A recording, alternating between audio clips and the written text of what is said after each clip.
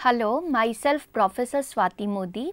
Today we will be discussing techniques of capital budgeting. Capital budgeting decisions needs to be evaluated carefully as it involves large amount of investment and they are irreversible. The techniques of evaluation helps in selecting the most profitable project. There are various methods of appraising the investment proposals which can be classified into two broad categories, traditional and time adjusted. Traditional techniques, also known as non-discounting techniques, and can further be classified into payback and accounting rate of return. Whereas the time adjusted and discounting techniques can be subdivided into three, such as net present value technique, internal rate of return and profitability index. Now let's discuss each technique in detail. First, accounting rate of return. It is the rate of return which is earned on a project on the basis of accounting principles. Some know this technique as return on investment. Its calculation can be done in two ways. In order to calculate the accounting rate of return, the return on original investment should be taken, and in this case the formula would be accounting rate of return is equal to average annual EAT or PAT to be divided by original investment into 100. The accounting rate of return is also known as average rate of return. It is defined as ARR is equal to average annual profits after taxes to be divided by average investment over the life of the project. The average profits after taxes are determined by adding up the after-tax profits expected for each year of project's life and dividing the result by the number of years. In the case of annuity, the average after-tax profits is equal to any years of profits. The denominator can be calculated in the following manner. For original investment, it is equal to original investment plus additional net working capital plus installation charges plus transportation charges if any. For average investment, it is equal to original investment minus scrap value to be divided by 2 plus additional net working capital plus scrap value. Now, let's understand this technique with a numerical example. The table represents the book value of investments for 5 years and profit after tax for 5 years. Using the formula for average rate of return, the accounting rate of return is 1,20,000 plus 1,22,000 plus 1,24,000 plus 1,26,000 plus 1,28,000 to be divided by 5. Same with investment to be added, then divided by 5, and finally it is to be multiplied by 100. So it would result into 72.9%. The decision criteria for this technique: the higher the accounting rate of return, the better the project. If the ARR is more than the cutoff rate, the project is accepted, and if lower than the cutoff rate, project is rejected. Let's consider another example. If the initial investment of the XYZ Limited in buying a machine is of rupees 1,21,000, salvage value 11,000, working capital 12,000 and life of the machine is 5 years, and if straight line method of depreciation is adopted, then calculate the average investment. By using the formula, average investment is equal to original investment minus scrap value to be divided by 2 plus additional net working capital plus scrap value will result into the following calculations, and it would result into 78,000 rupees. Let's understand this technique with one more illustration. If two machine details are given, which one would you choose on the basis of accounting rate of return?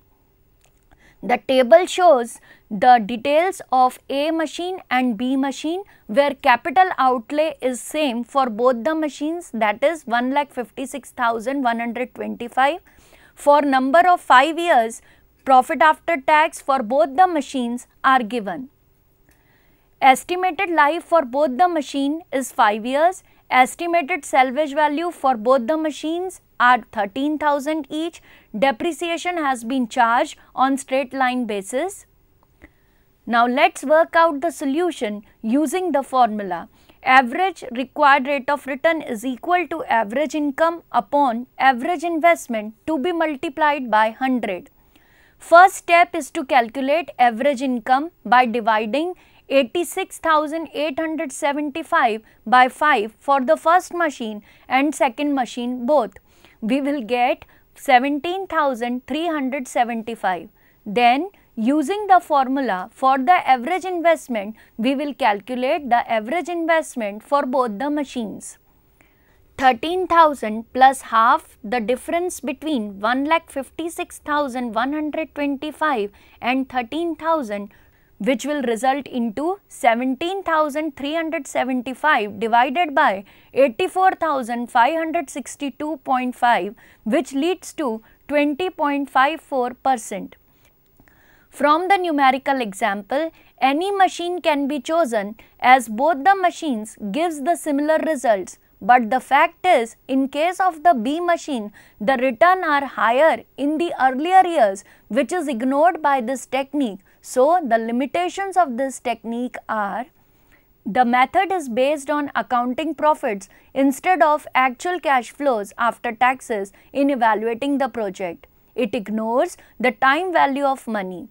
The technique is incompatible with the objective of wealth maximization to the equity shareholders. Now let's see payback technique. It is a technique by which the company is in a position to know that in how much time the initial investment would be recovered. It answers the question, how many years will it take for the cash inflows to recover the original cost of an investment without considering the salvage value. There are two ways of calculating the payback period. If the nature of cash flows are annuity, that is when the cash flows are uniform, then in such a situation, payback period can be calculated by using the formula investment to be divided by constant annual cash flow.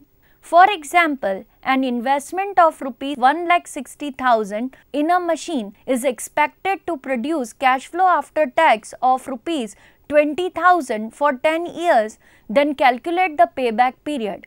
In this case, the machine cost or the investment of 1,60,000 to be divided by 20,000 will result into 8 years. If the cash flows are not uniform and vary from year to year, then payback is calculated by the process of cumulative cash flows till the time of cumulative cash flows becoming equal to the original investment outlay. Calculate the payback period from the following details, which is given in a tabular form. For 5 years, annual cash flow after taxes for A and B machine is given, for which the cumulative cash flow after tax has been calculated. If the initial investment in A machine is rupees 75,000, then machine A's investment will be recovered in 2.35 years. The sum of rupees 74,000 can be recovered in 2 years and the balance of 1,000 rupees will be recovered in the third year. The cash flow after tax is rupees 28,000, so the payback fraction is therefore 1,000 to be divided by 28,000, resulting into 0.35. Therefore, the payback period is 2.35 years. For machine B, the payback period would be calculated in the same way. In the first year, 32,000 would be recovered and in the second year, 30,000 would be recovered. So, a fraction of 13,000 to be divided by 28,000 will result into 0.464, which would be recovered in the third year. Therefore, the payback period is 2.464 years. The payback for machine A is lower than the second machine, that is B. Let's understand this technique with one more example. Rishabh Limited is considering two projects. Each project requires an investment of rupees 1 lakh. The firm's cost of capital is 10%. The net cash inflows from investments in two projects X and Y from the table given. It is given in the tabular form for X machine and for Y machine for 5 years. The company has fixed 3 years PBP as the cutoff point. State which project should be accepted. Let's see the calculation of PBP. In case of project X and project Y, first cumulative cash flow after taxes have been calculated for the 5 years. In the first 2 years, 90,000 rupees would be recovered, but still 10,000 is to be recovered, which can be done in the third year. So, 10,000 divided by 30,000 will give you 0.33. Therefore, the payback period is 2.33 years. PBP of project Y is 4 years, so project X should be accepted. Let's understand the accept-reject criteria. The payback period can be used as decision criteria to accept or reject investment proposals. A machine should be accepted as its payback is smaller period. Payback period is simple to calculate and simple to understand. The problem with payback is that it completely ignores all cash inflows after the payback period. This can be misleading in such decisions.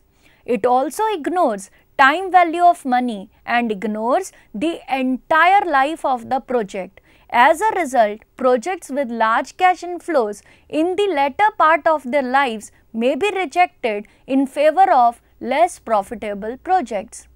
To summarize, the traditional methods suffers from two serious drawbacks. They do not consider the total benefits and the timing of cash flows. Now we will discuss time-adjusted discounted cash flow techniques. The most important feature of the techniques is that they take into consideration the time value of money and they take into consideration all benefits and costs occurring during the entire life of project. Let's discuss NPV, that is net present value. It is the most important discounting technique in appraising the capital budgeting decisions.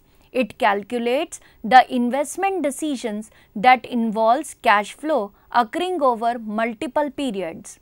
The NPV of a project is the sum of the present values of all the cash flows, positive and negative, that is expected to occur over the life of the project. It is the process of calculating present values of cash inflows using cost of capital as an appropriate rate of discount and subtracts present value of cash outflows from the present value of cash inflow and find the net present value, positive or negative. In simple words, NPV is the summation of the present values of the net cash inflows in each year. The formula for NPV can be written as, the formula explains that cash flows reoccurring in all the years should be added with salvage value and working capital released at the end of the life of the project. From this summation, initial outflow should be deducted to get the absolute NPV. A project would be accepted if NPV is positive and rejected if it is negative. Zero NPV would mean that the firm is indifferent to accept or reject the project, as it would leave the company's financial position unchanged. The NPV of a package of projects is simply the sum of the NPVs of individual projects. As a decision criteria, NPV can also be used to make a choice between mutually exclusive projects. The various projects would be ranked on the basis of NPV. The project with highest NPV would be given the first rank, followed by others in the descending order. NPV is the technique which recognizes the time value of money. It takes into consideration the total benefits arising over the lifetime of the project. This measure is an absolute measure, so if two projects with similar outlays have different NPVs, it is possible to make a right choice. But if the projects have different outlays, then NPV may not give the right decision. This method can also not be relied on if two projects having different effective lives.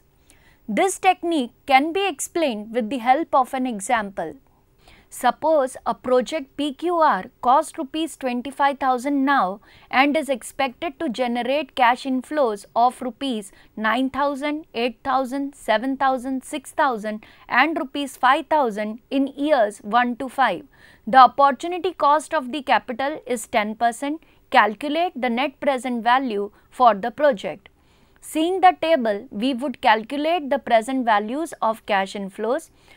The respective cash inflow would be multiplied by its table value for present value tables, which would result into a summation of 27,250 rupees, from which the outflow of rupees 25,000 will be deducted, which will result into a positive NPV of 2,250. The project PQR generates positive NPV and hence creates wealth for the shareholders and hence should be accepted. Let's understand this important technique with one more example. A new machine costs rupees 2 lakh, requires no increased investment in working capital and is expected to yield rupees 60,000 profit per year for 10 consecutive years. At that time, its scrap value will be negligible. Assume SLM depreciation and a 30% tax rate. If management requires at least a 10% return on any new investment, would the investment qualify? Let's work out the solution. After getting the cash flow after taxes, in which earnings before depreciation and taxes is given to be 60,000, we will have to deduct depreciation 20,000. We will get earning before taxation, that is 40,000. Then we will deduct taxes at the rate of 30%, which will give you earning after taxes, which is equivalent to 28,000. We will add back depreciation of 20,000. We will get cash flow after taxes, that is 48,000. For the years 1 to 10, the cash flow remains the same. In the 10th year also, there is no release of working capital and scrap value. So, taking value from the table A4, the 10th year at discount factor 10%, the value obtained is 6.145, which is to be multiplied by 48,000, and the present value of cash inflows would be rupees 2,94,960. From this, cash outflow is deducted and the NPV is derived of rupees 94,960 rupees.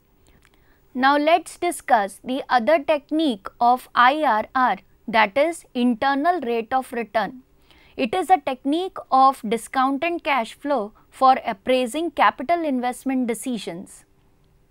The other name for this technique is yield on investment, marginal efficiency of capital, marginal productivity of capital, rate of return, time adjusted rate of return, and so on.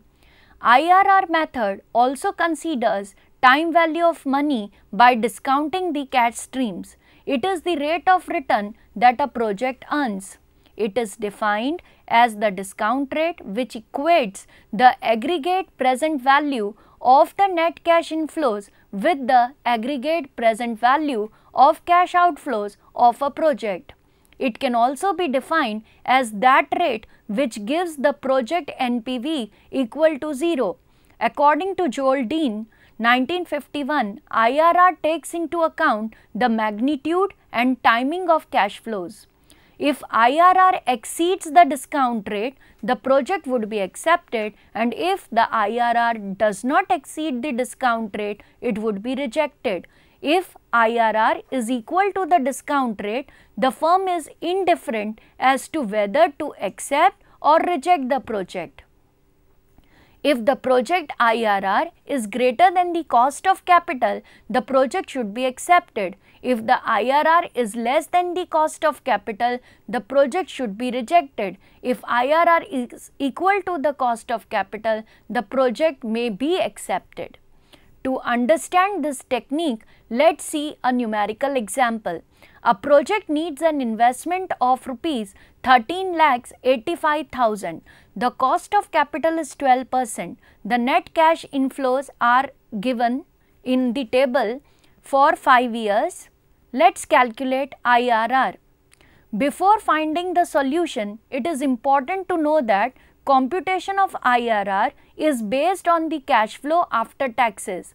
In this method, the evaluator selects any discount rate by calculating fake payback period to compute present value of cash inflows, otherwise the cost of capital taken as first trial.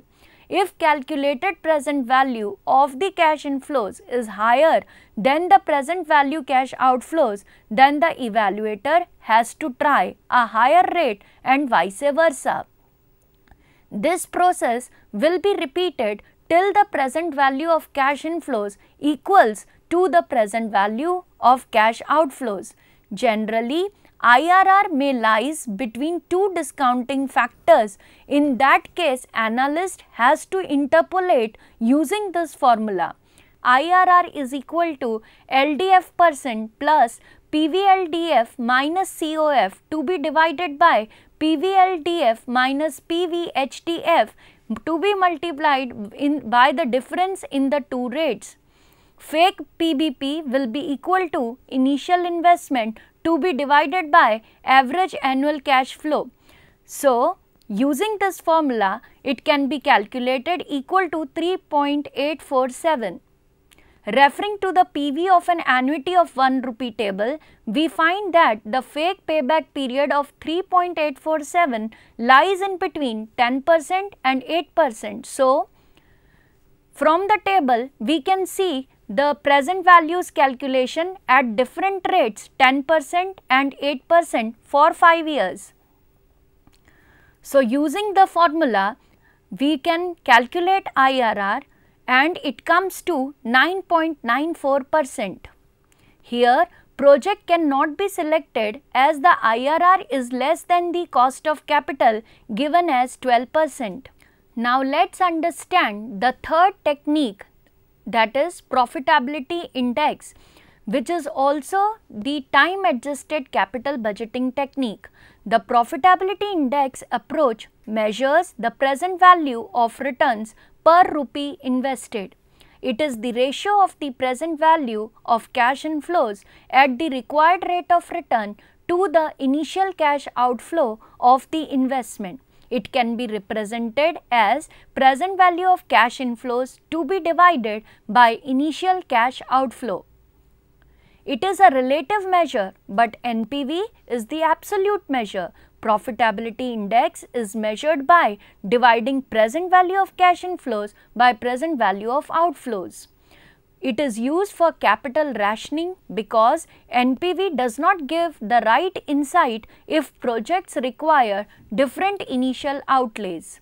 This method is also known as the benefit cost ratio because the numerator measures the benefits and the denominator measures the cost.